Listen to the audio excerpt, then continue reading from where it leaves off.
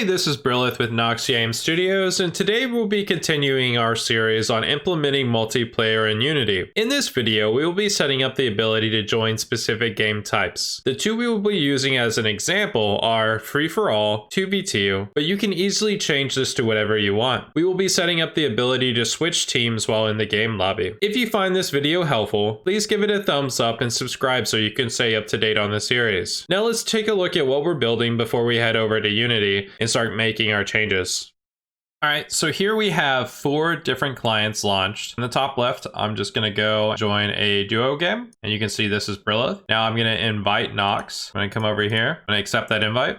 And you can see both Brilith and Nox are in team 1. On Nox, I'm gonna switch him over to team 2. Now I'm gonna hit play on the bottom left. I'm gonna hit duo. Now you can see Gotcha automatically joined team 1. But Gotcha wants to play with Nox, so he's going to switch over to team 2. And then Gotcha is going to invite Timmy. Timmy's going to accept it. And now we have a full game. So what we'll do in the next video is make it where we can actually change our selection here and start the game. If this is what you're interested in, stick around and let's build this out.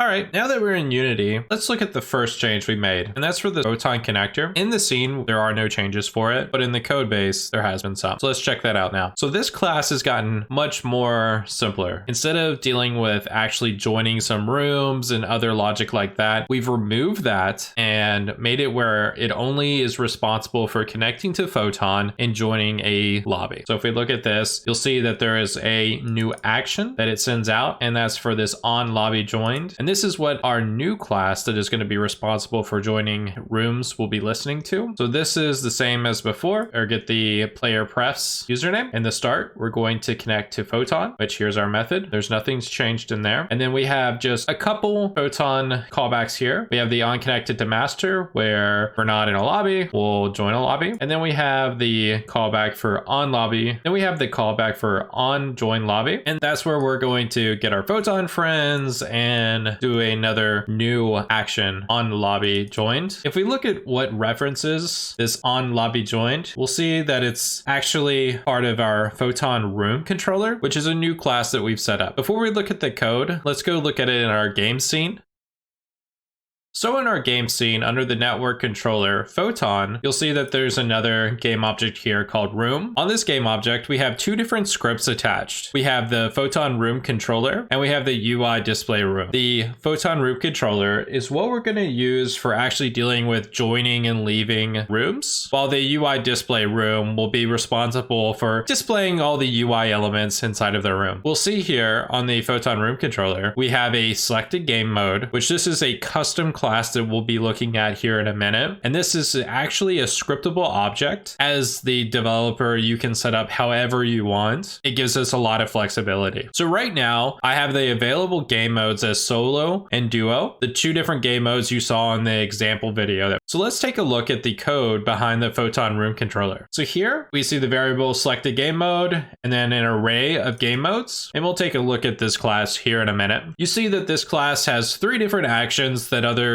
can subscribe to. This on join room, on room status change, on room left, and on other player left room. This on join room is going to send out an event that includes the game mode. So it has all of the information that a room would need to be able to set up and look right for that specific game mode. Then on the on room status change, this is a event that we were going to use with our UI friend. And this will allow it to know if the players are in a room or not, because we're going to make it where we can only invite a friend if we're currently in a room. The next one is on room left, and that one's pretty simple. It's just basically an event that is going to trigger other scripts to do what it needs to do when we leave a Photon room, and that's maybe cleaning up the UI, leaving us Photon team, and other things like that. And then the on other player left action, this is the one that we will be shooting off. So if another player in the room that we're in leaves, and you can see it passes in that player. So this won't be for the local player. This will be if another player in the room leaves. So let's go through here. So the UI game mode, this is something that we'll look here in a second, but this is going to be responsible for passing in the selected game mode to our Photon room controller. So that's why it's subscribed here. So if we take a look at this method, it takes in the game mode. If we are not connected to Photon and not ready, we'll just leave. If we are already in a room, then we just won't do anything. If we are neither of those things, we're going to set the selected game mode to the game mode. We're going to then join a Photon room. And here is where we're going to create a custom property for the Photon room that we want to join. So this is a hash table that Photon provides in their library, exitgames.client.photon. So if you don't use that you'll have to use the full name here. But game mode is simply the character string that is designated for this key value. And that is defined up here. And all I have it is capital game mode altogether. You can make that whatever you want, but that seems reasonable to use for this.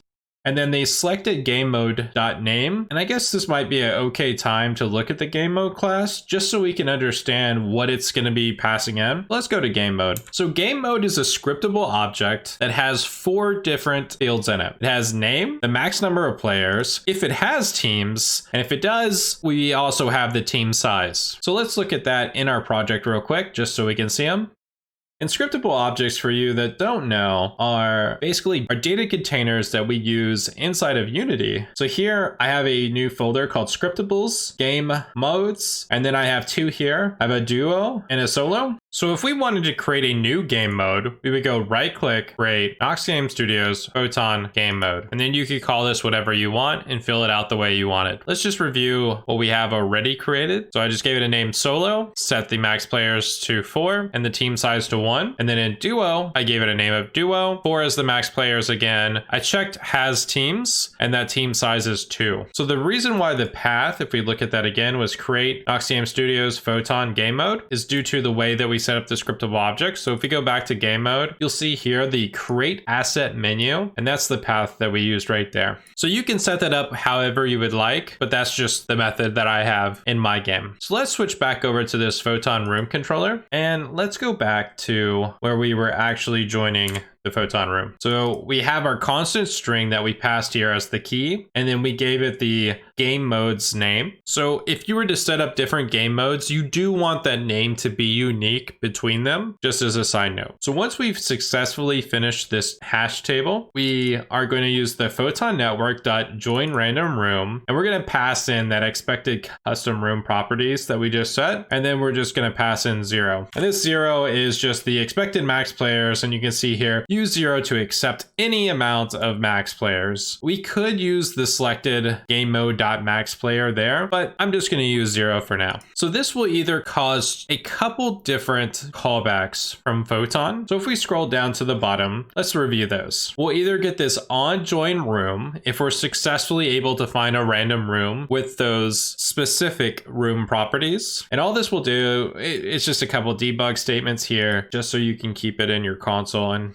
see the program run and get all the different steps that it's doing. And then we're just going to be setting the selected game mode using this get game mode. And we look at that. So what we're going to do here is actually use the Photon network.current room.custom properties. We're going to pass it in that game mode string to be able to get the game mode name that we have. Then we're going to just create a null game mode here. Then we're going to loop through the available game modes that we have set up already. And for us, that was just duo and solo. But if you add more, it'll obviously go through more. And then we're just going to be comparing the names. And if we do find the correct name, then we're going to return that game mode. It's something that we needed to use for if you get a party invite. So if you were to manually select what game mode you wanted to join, your current selected game mode will already be populated. But if somebody invites you to a game, that game mode will not actually be populated because you didn't select it. Somebody invited you to the game. Once once we get the selected game mode based on the current room that we're in, we're going to call the event on join room, and we're going to be passing in the selected game mode. Then we're also going to be calling the action on room status change and passing it in basically true since we're in our room here. And this is going to be used by our UI friend. Once we invoke those two events, we're actually done with this on join room. However, the other callback that could happen when we're joining a random room is this on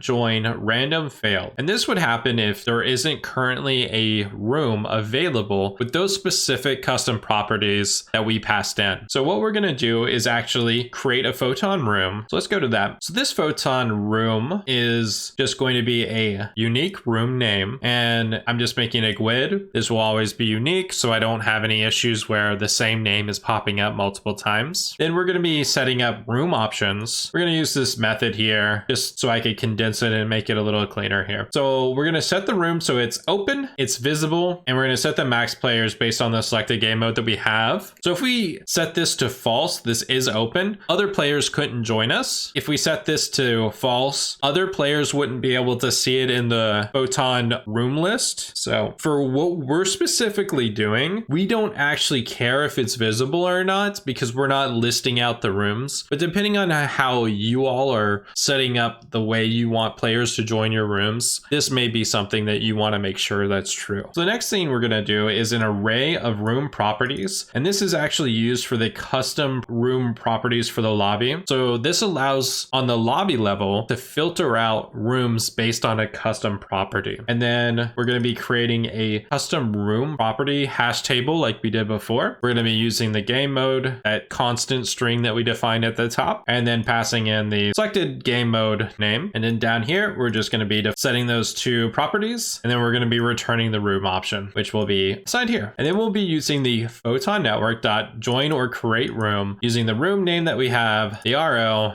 and then just this defaulted typed lobby. When we do this, we should get two different callbacks that happen. So if we scroll back to the bottom where all of our callbacks are, we're going to see this on created room. So since we successfully created a room, we should see this debug statement. But on created room, we actually didn't want to do anything special because Photon will also do this callback here, which is on join room, because we're going to be doing both creating it and joining it. When we finally join this, we want it to go through the same flow as if you were able to join the random room. So now that we do that, let's scroll back up to the top and see what's next. So handle lobby join. So this is that new event that we set up on the Photon connector. So this is going to be used for if we get a party invite. So we're just getting the Photon room from the player prefs. If it's not null, then we're going to be joining that room and then making the player pref null. And this is something that we've set up in a previous video when we were doing the party invites. So the next one is handle leave room. And this is going to be a very simple method. All we're going to do is check to see, are we in a room? If so, we're going to invoke this event and we're going to do Photon leave room. And this Photon leave room will actually do a Photon callback. And if we scroll down to the bottom, we'll see that one here. And that will be on left room right here. So we'll see this debug statement. We'll set our selected game mode back to null just to do a little cleanup. And then we'll change our room status to being false because we're no longer in a room. We're going to be using this to fix our UI friend because the way I want it is to only allow the player to invite other players if they are currently in a room. So that's what's happening here. This will be one of the last things we look at because it's not that important and it's not something that you have to make. It was just kind of a quality of life change that I decided to make during this video. The last event that this class is subscribed to is this on get room status from the UI friend. And basically that's kind of what I was talking about. This UI friend is going to be requesting the room status from this class to see if it is in one or not. And all it's going to do is invoke if it is or not. So I know there was a lot of different parts here, but hopefully we've kind of gone through each one of these steps. And this is going to be the controller for everything that's happening on the room level. So the next thing we want to do is to actually look at what is updating the UI for the room. And that's going to be in this UI display room class. So here we're going to have a text mesh pro text, and that's just going to be basically display if it's solo, duo, or whatever game mode text that you set up. It's just going to be the name of the game mode. That's what I currently have it as. We're going to have an exit button so that players can leave the room. Then we're going to have the room container, and that's going to be where the teams and the player selections and everything like that is going to be spawned in. And then all of the objects that need to be hidden in the UI and shown in the UI when we're joining and leaving rooms. This may be completely different for how you want. This is how I'm doing my UI, and we'll go over that in a minute just so you can see that. So this class is only subscribed to the Photon room controller, and that's why we're kind of doing it and breaking it out. So we have the logic and controller in one class and then the UI in another, so we can not have these monstrous classes, and we'll be able to break things out to. So the first event that this class is subscribed to is just handling if somebody joins a room. And it's going to be taking in that game mode that we saw in the other class. It's going to be setting the text of the room. It's going to be enabling the exit button. It's going to be enabling the room container. And then it's going to be hiding all of the objects that we don't want to see anymore. And we'll look at that once we finish going through the rest of this class. The next event that this is subscribed to is the on room left. And this is basically going to take care of all of the things that we need to do to the room to clean it up whenever the local player leaves the room. So we're just going to set the room text back to this joining room. We're going to deactivate the exit button, room container, and we're going to show all the objects in this show objects array. And lastly, it has a simple method here for leave room that one of our buttons is just going to be calling, and it's going to be invoking this on leave room, which is one of the actions that the Photon room controller is subscribed to. And that's the only action here that this class has. So let's switch back to Unity to see what exactly this class is doing. So now that we're back in Unity, let's go to the room game object, and you can see the text mesh pro is assigned along with the exit button, which if we click on it, it's this game object here, the room content, which is this game object here, and then all the objects that we need to hide, which is there's a back button, the start container here, which is what we're currently looking at, and then the game mode game object as well. So basically the flow of how this game will work is we start at this start, then we enable the game modes, then we go to the room content. And then if we look at the next array, this show objects, these are the objects that we're going to show when we hit the exit button. And it's going to be the back button and the game modes. So let's play real quick so you can see this in action. So we're going to hit play, we're going to hit solo, and you can see that the room content here is enabled and the exit button. When we hit back, the game modes is enabled and the back button is enabled. When we hit back here, then it's only the start. But set up the UI the way you would like it. All right, so now that we've covered the Photon room controller and the UI display room, you're wondering, well, wait a second, we talked about all these teams and everything that's happening in them. Well, that's because we have a couple more classes where we've broken it out even further, where now we have a Photon team controller and a UI team display. So this is going to be a similar concept where we're breaking the logic and the UI levels into two different pieces. So let's start with the Photon team controller. So the Photon team controller is going to be responsible for everything around joining, leaving, and switching between teams, and then setting events to update the UI. So this class has a list of all of the different Photon teams that are available. It has the team size, and this just gets set dynamically based on the game mode that it receives. And then we also have the prior team that a player switches from, which we'll be using in some of the code below. Now this class has a lot of different events that it's going to be sending out. So it's going to have this on create teams, where it's going to be sending a list of all the Photon teams that need to be created in the UI along with the game mode. And it's going to have this on switch teams, which is going to be the player that's switching the team along with the team that the player is switching to. This on remove player, which is when a player is removing themselves from the team. And that could be if they want to leave from team 1 to go to team 2, or if they exit the game. game, and it's going to be sending that player there. Finally, we'll have an event that's just, we're clearing all the teams. And this will happen when the player's leaving, because when the player leaves the room, we want to clear everything out. We don't want any remaining information left from a previous lobby they may have joined. So this class here is going to be subscribed to 4 different events. Most of them are going to be coming from this Photon room controller, besides the one that's going to be coming from the UI team. And this is a class we'll talk about here in a minute, but this is just the UI element that is showing the team itself. And there's a button on there that allows you to switch between teams. And basically it's sending that event to this class. So let's look at what's happening there. So you can see it is sending the team that the player is wanting to switch to. So if you remember in the video that we looked at,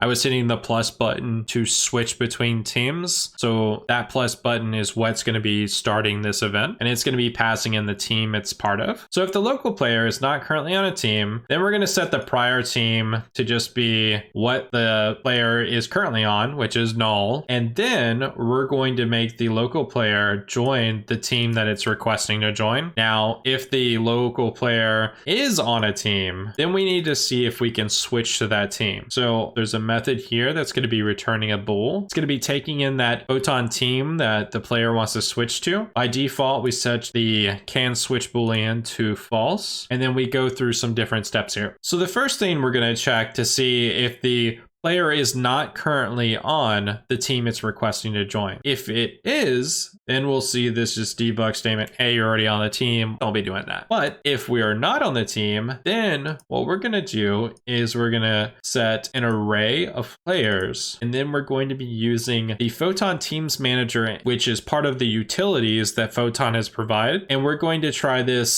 get team members. We're gonna pass it in the team code, and it's gonna basically populate it with an array of team members that are on that specific team. Then we're going to check to see if that player length, to see how many players are in there, is less than the team size. So if it's a 2v2, this team size will be 2. And if player length is 1, then that means we can actually switch. Now, if it's player length is 2, team size is 2, then we'll hit this debug statement here and it'll say, hey, it's full, and it won't allow us to actually switch to it. It'll return false. So if we go back up here, if we can switch, what we're going to do, we're going to do the same thing. We're going to set the prior team to the team that the player is currently on. Then we're going to do photon network.localplayer.switch team, and we're going to pass it in that new team. So the rest of these events that we're subscribed to are from the Photon room controller. So this first one is when we join a room, the things that we need to do. So you can see it's going to be passing in a game mode to us. The first thing we're going to do is create teams. Let's look at that method. So this is going to take that game mode. It's going to get the team size. It's going to set that field variable. Then we're going to calculate the number of teams, and the default value we're going to give it is just the game mode max players. And then we're going to check to see if the game mode has teams. If it does, then we're going to take the max players divided by the team size, and that's going to be the number of teams. If it doesn't, then we'll just have the max players. Then we're going to loop through 1 to the number of teams, and we're going to basically create each one of those Photon teams here in the code, and we're going to add that to the list of room teams. So we'll have team 1, team 2, team 3, etc.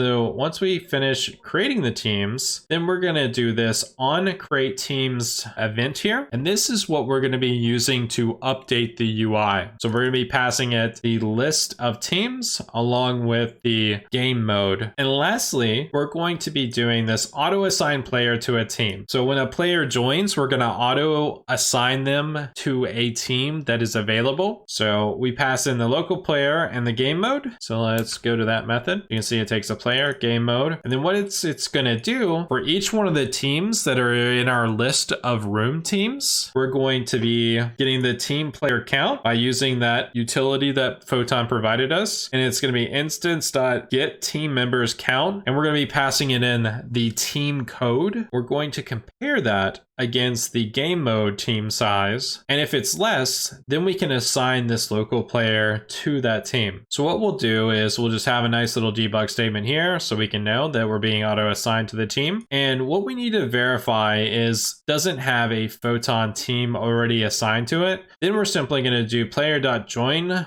team and pass it in the team code. Else, we're going to check to see if the players get photon team.code is different than the team that has an opening in it. And if it is different, then instead of using the join team, we're going to be using the switch team. And then we'll just break so we get out of the loop.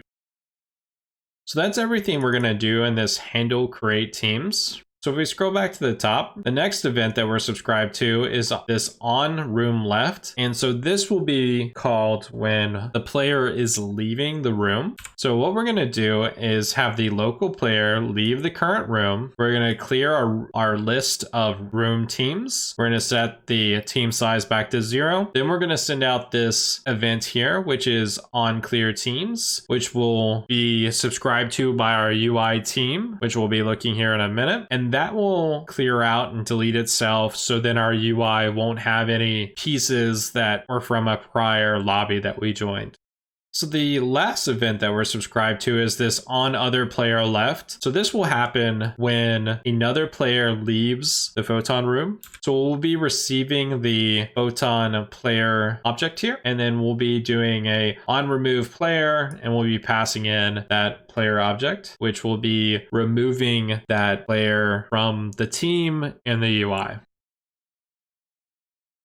So one thing we didn't talk about, and that's what happens when we do the Photon switch team and the join team. So if we go back to this part here, we're doing an auto assign for the player. This is where we are actually going to be updating a custom property on the player. When we do the join team or the switch team, or when we actually leave the team, it will be updating that custom property, and that will result in a Photon callback. It'll be passing in the player where the custom property changed. It'll be passing in the change properties. And what we're going to do here, we're going to create this object variable. We're going to use the hash table, and we're going to try to get the value for this Photon Teams Manager prop, which if we mouse over this, you can see that that's really just equal to _PT, just a string, similar to how we defined the game mode string in our previous class. And then we're using the out keyword, which just means that if there is a value here, it's going to get populated in this team code object. If there is a value, it's going to be returning true as well. And then what we're going to do is we're going to just check to make sure this is not equal to null. If it is, then we're done. But if there is a value there, then we're going to cast it to a byte so we can get the team code from it. We're going to just define a new team. We're going to try to get the team based on the team code. So we're going to use that Photon Team Manager.instance again, and we're going to use this method called try get team by code. And we're passing in that team code that we got here, and then we're doing out new team. So the value that if there is something returned, it'll be going into the new team here. And also if there is something, that means this if statement is true. You'll see this print line, and we'll be calling this event here on switch team, which this is going to be subscribed to by our UI elements that control the way the team looks. So now that we've covered everything in the Photon team controller, let's switch over to the UI display team, which is the class that's going to be responsible for displaying the team in the UI. So here we have a few different variables. We'll have the UI team, which is the UI element that includes the team, and it'll have all of the players inside of it. Then we'll have a list of all the UI team elements. And so each time there's an instantiation of a UI team, it'll be added to this list. And we have a transform here where all the UI team elements will be populated in. This class has a couple events that it will send out, and that is on add player to team. So that's when we're going to be sending an event from this UI display team to the UI team, and then when we want to remove that player from a UI team. So it's subscribed to 4 different events here, all from the Photon team controller around when we need to create the teams. So this will be called at the very beginning. If we look at that, so down here it receives a list of the Photon teams that were were created previously in this Photon team controller, along with the game mode. And what it will do, it will go through each one of those teams and it will instantiate a UI team element, and it'll use that UI team prefab that we've set up. And we'll look at the UI elements and prefabs here in a minute. And then it'll make the parent the team container. And then we will call this initialize method on the UI team. And we'll be passing in the Photon team that it is, along with the team size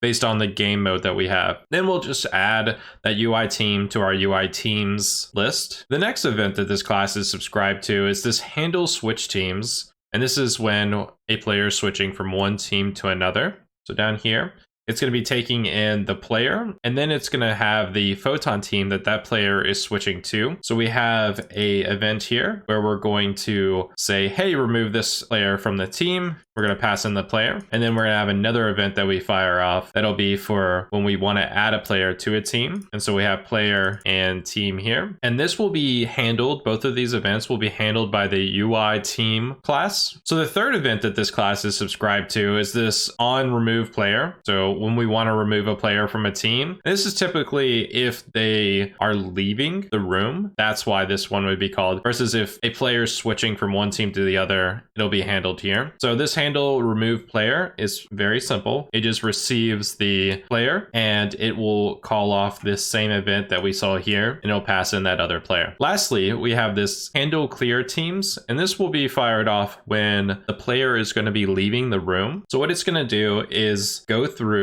each one of the UI team elements in the UI teams list, and it'll destroy all those game objects, and then it'll clear the list out. And this will just make it where we clean up the UI so we don't have any remaining UI elements when we leave a room and join another one. Now that we covered the display teams, let's go see how that's set up in the scene before we move on to the UI team. So here in Unity, we have a new game object that has two different scripts attached to it. We have the Photon team controller and the UI display team. So the UI display team will have the prefab, which is a new object that we've created in our project and saved it in the prefabs folder. It's basically a game object that has the UI team script attached to it, along with visually how we want it to look. And then we just have our list here that'll expand, and then our container set up. So now that we've looked at that, let's actually pull up the UI team prefab. So this is just a simple UI element that we're going to be using. It's got a header where we have the team name and a button that we'll be using to switch. And then it just has a container here for all the different players that are going to go into it. And it's got the attached to the UI team. It has this UI team script, and it has a variable that'll hold the team size, the max team size, the team when it gets assigned, and then the UI elements here. We have the text box, we have the transform, and then we have the prefab for a player selection, which we're not going to cover that in this video. We'll do that in the next one, where we can actually have the player select their specific character and lock in. So let's click on this UI element and let's review this class here. So as I said, we have all these variables that will be getting initialized on this init method here that we have. And this player selections, we didn't see it in the inspector. That's because it's a dictionary. And if you don't know, dictionary basically has a list of key value pairs in it, and it makes it where you can instantly look up a value based on the key if you have it. And for this one, we're going to be storing the player as the key, and then the UI player selection that they are attached to as the value. So this class does have one event that it will be triggering, and that's this on switch to team, and that's for the button click. So when they click the button to switch to the other team, this is going to be what fires off this event, and it's going to be subscribed to by the other class that we looked at. So in the awake function, we have a few different methods that we are subscribed to. So in the awake function, we have a few different events that we are subscribed to. We have two that are from this UI display teams, and that's that add player to team and remove player from team. If you look at the first one, add player to team, you can see it has that player and that team. So what it's going to do is it's going to check to see if this local UI team, if their code equals the team code that's being passed in. And if it does, then we'll call this method add player to team, and we'll pass in the player. We look at that method. It's pretty simple. All we are going to do is instantiate a UI element, and that's that player selection prefab. And its parent is going to be that player selection container. Once it gets instantiated, we're going to fire off this initialize and we're going to pass in the player. And then we're going to add to our dictionary the key value pair. And our key is going to be player and our value is going to be that UI player selection. And then we're going to call this update team UI. All this method does is update the text in the team, and it's going to just have the team name and enter. It's going to have the current players in the team, and then it's going to have a slash and then the max players allowed on that team. So that's everything that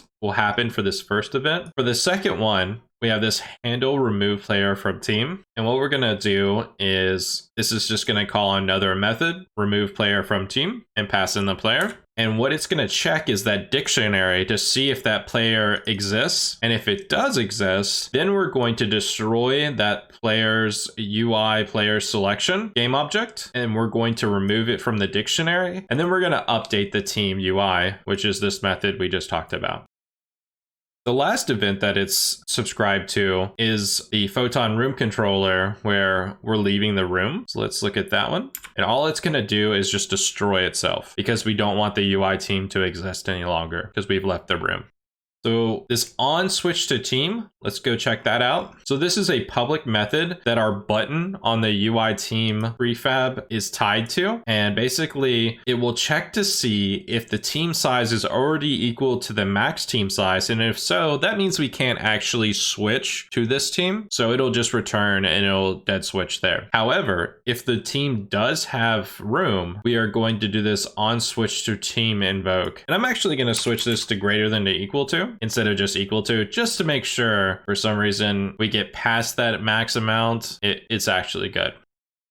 So what we want to go look at now is the UI player selection. And this is the last new class that we have in this project. And I know this has been a long video and I apologize, but to cover everything, it takes a long time. This is a simple class currently. All it has is a text mesh text along with the player that it's assigned to. So here is the initialize method that we saw previously called in the UI team. It's passing in the player. It's setting that player to the owner of this UI player selection. And then it's doing this setup player selection. For now, this is just a one-liner where it's setting the text to be the owner's nickname. In the future, we will be making this so the player can switch between the skin that they want to use in the game and being able to lock in. So let's go take a look at this prefab as well in Unity.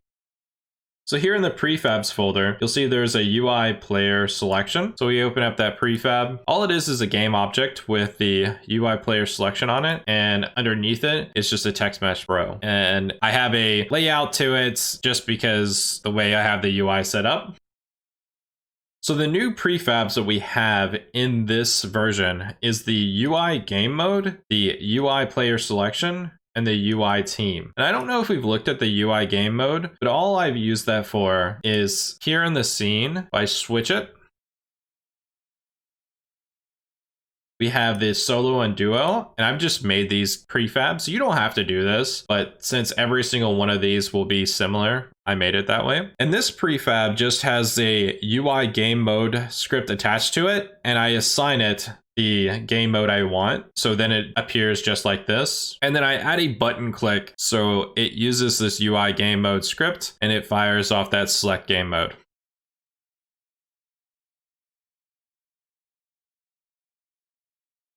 So the last script that we need to look at is the update that we made to the UI friend. So the change that we made to the UI friend was just so we only show the invite button on it when we're actually in a room and we can invite a friend. So what I've done is added this new event that it'll fire off, and that's on get room status, and it's subscribed to a new event. And that's this Photon room controller on room status change. And we'll handle that with this handle in room. And basically it takes in a Boolean. It'll set the invite button to active or not based on this logic here. If the player's in a room and if the friend is online, then it'll show active. But But if the friend is not online, it'll be false here. So how does this event start? And that's on this action here, this on get room status. It'll be called when we enable the game object UI friend and when we first initialize it and when the status of the player changes, which that's when the player may come online or go offline, depending. So that covers all of the code changes that we've made in this video. So let's just do a run through here in the editor so you can see everything that's happened. So I'm going to go login screen and I'm going to hit play. Brilith, login. So the way that this game is now laid out for me is I still have this Photon connector with all our different game objects inside of here that are responsible for controlling our different game objects. And then under this all-in-one canvas, I have this main layout and it has a couple different pieces.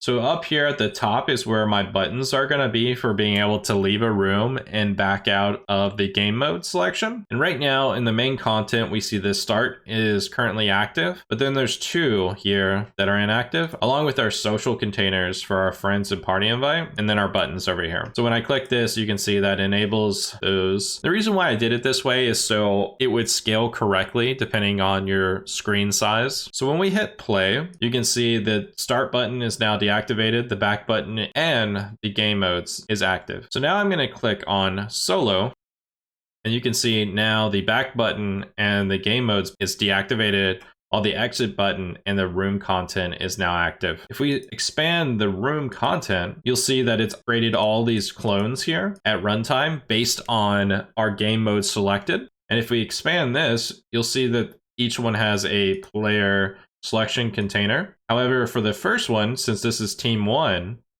and you can see that right here in the inspector, if we expand the player selection, you can see here is a UI player selection because that's where currently Brilith is.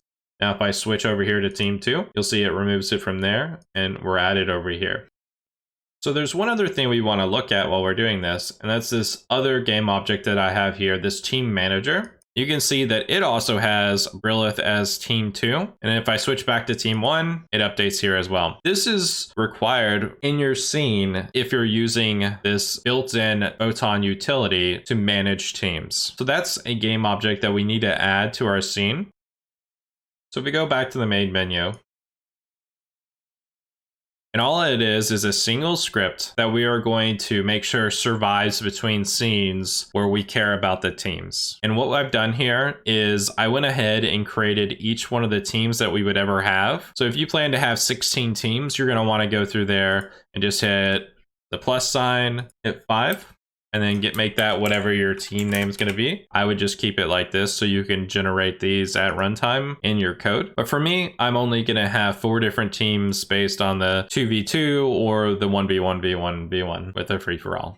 And that covers everything we needed to do to set up a system where we can have different game modes and join them based on what we select. If this video helped you, please give it a thumbs up and subscribe to the channel. The next video will focus on setting up the player UI selection and allow the master client to be able to start the game once everybody is locked in, or be able to kick players if they're AFK. Also, please join our Discord if you have any questions or requests for additional videos. There will be an invite link to the Discord in the description below, along with some extra resources you might find handy. I hope you all have a good one, and always, thanks for watching.